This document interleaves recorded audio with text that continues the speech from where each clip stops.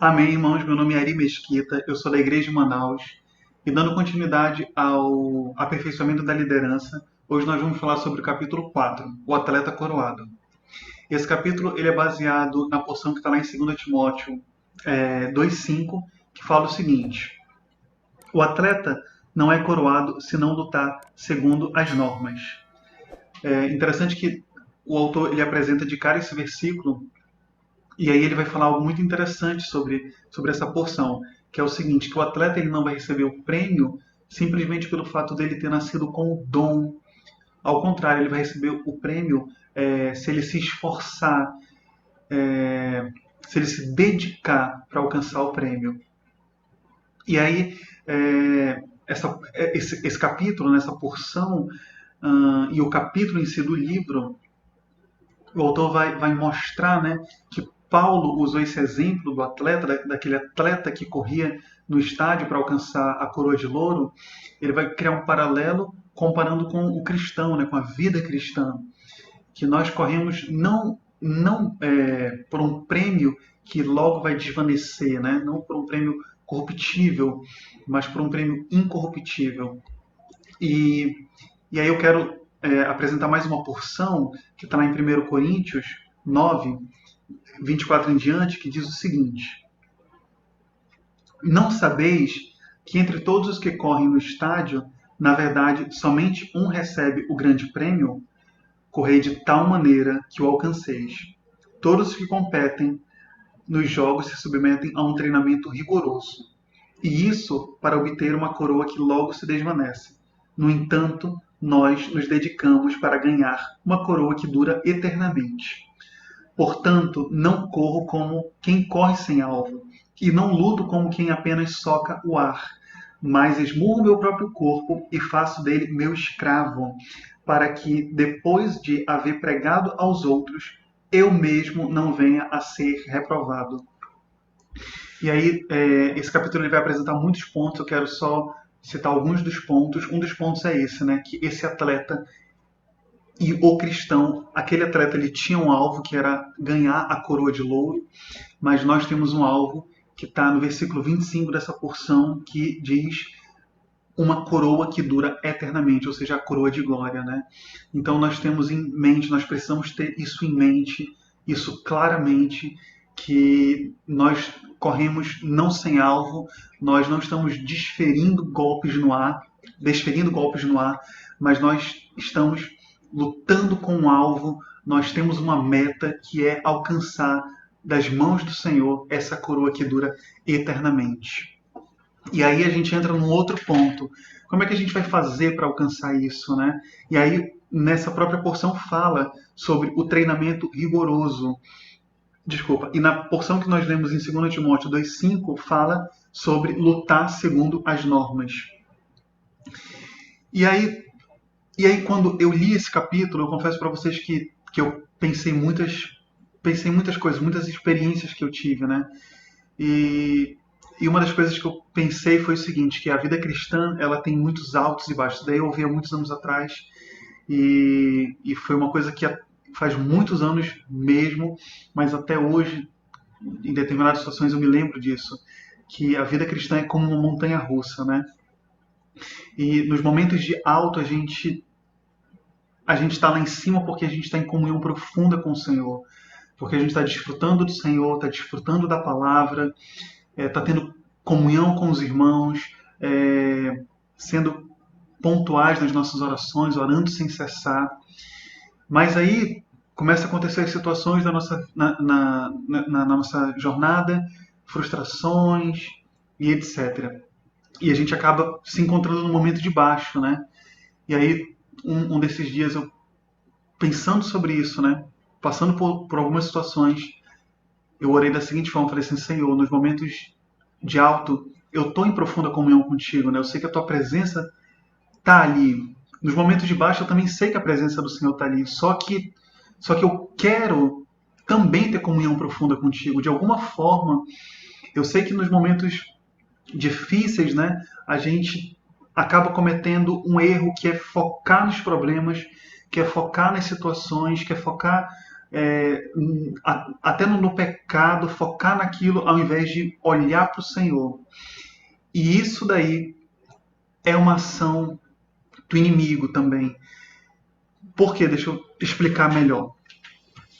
Satanás ele sempre vai querer nos manter na atmosfera da mente, enquanto que o Senhor quer que a gente permaneça na atmosfera do Espírito. E é só a gente lembrar, por exemplo, da situação de Eva no jardim e a serpente. A serpente começou a conversar com Eva e apresentar argumentos, e Eva começou a discutir com a serpente, e no final a gente sabe que Eva acabou comendo do fruto da árvore do conhecimento do bem e do mal. Por quê? Porque Satanás ele é muito astuto, ele é muito hábil. Então, se a gente começar a discutir com ele nos nossos pensamentos, não que a gente vai discutir visivelmente, mas eu estou dizendo no sentido de determinada situação. A ação dele é muito sutil, mas determinada situação você começa a ponderar, né? Ah, mas isso e aquilo. Ah, mas se eu fizer desse jeito e tal, não sei o quê. Ah, mas isso e isso. Então, se a gente ficar nessas ponderações, nesses arrazoamentos, o inimigo ele vai vencer, né? Ou então, por que isso aconteceu? Isso aconteceu isso por causa disso e tal, não sei o quê. Por que o Senhor não interviu e tal? Então, o inimigo ele quer que fique assim, mas se a nossa atitude for de, em determinada situação, invocar o nome do Senhor, porque a palavra diz, né? Mais uma vez, que acontecerá que todo aquele que invocar o nome do Senhor será salvo. A gente vai ser salvo. E não significa que a situação vai mudar. Pode ser que a situação não mude, mas como nós vamos lidar com aquela situação, como nós vamos administrar o nosso comportamento, os nossos sentimentos, vai ser diferente, né? Porque nós não estamos mais na atmosfera da mente, a gente está no espírito. E a palavra também diz, né, que o Senhor ele é rico com todo aquele que o invoca.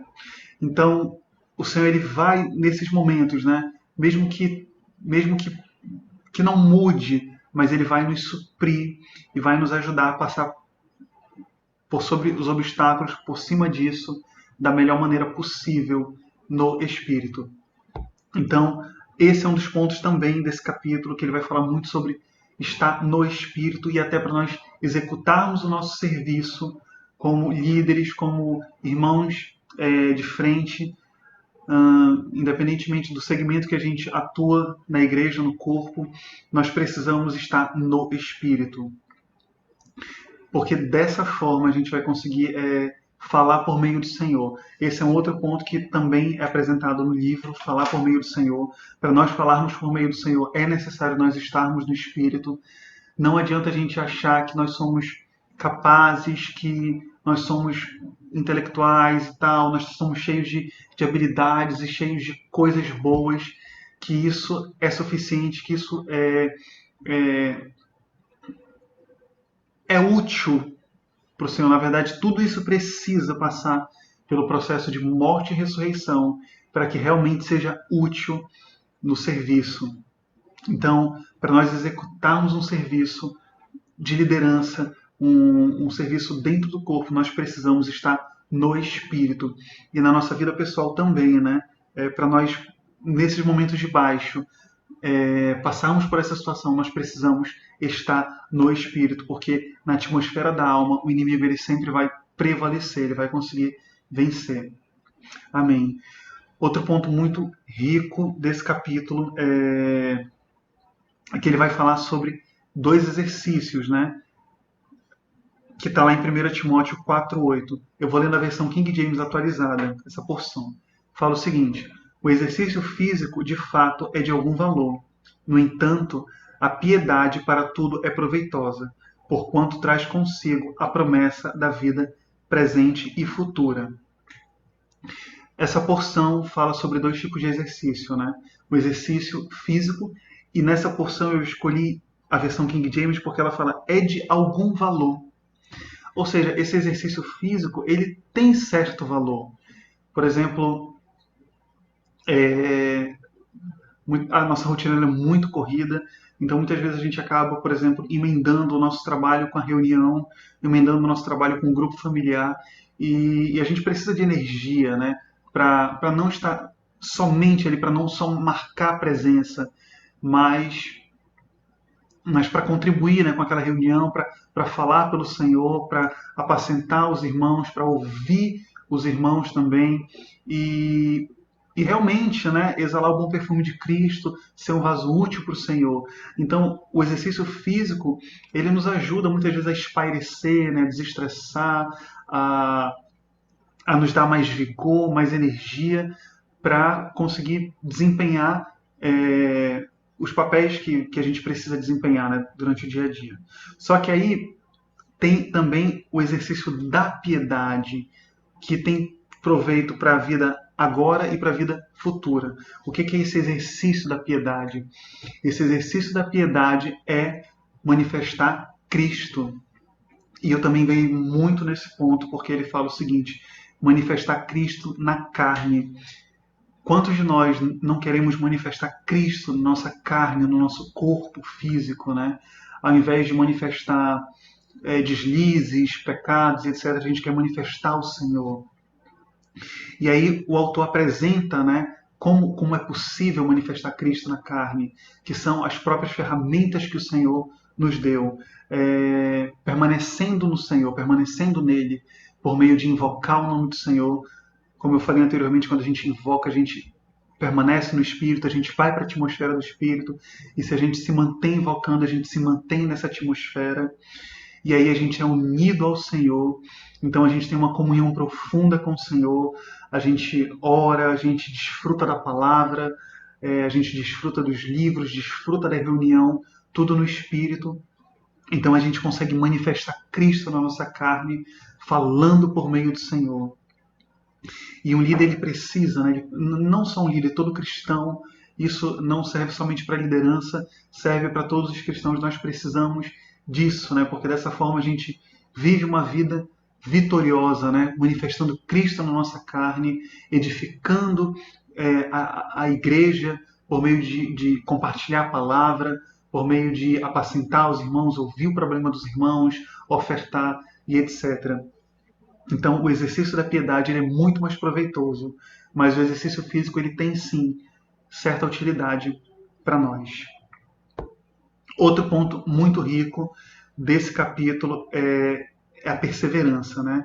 Como eu havia falado antes, nos momentos de frustração, nos momentos em que as situações não saem como a gente espera, ou então quando a gente peca, o inimigo acaba se levantando, né? Ou então situações acontecem e a gente acaba pensando em desistir e não continuar. Mas, por exemplo, tem um versículo que eu me apego muito a esse versículo, nesses momentos, assim, eu me lembro desse versículo, que está lá em Mateus 24:13, que fala o seguinte: aquele, porém, que perseverar até o fim, esse será salvo. Desculpa novamente.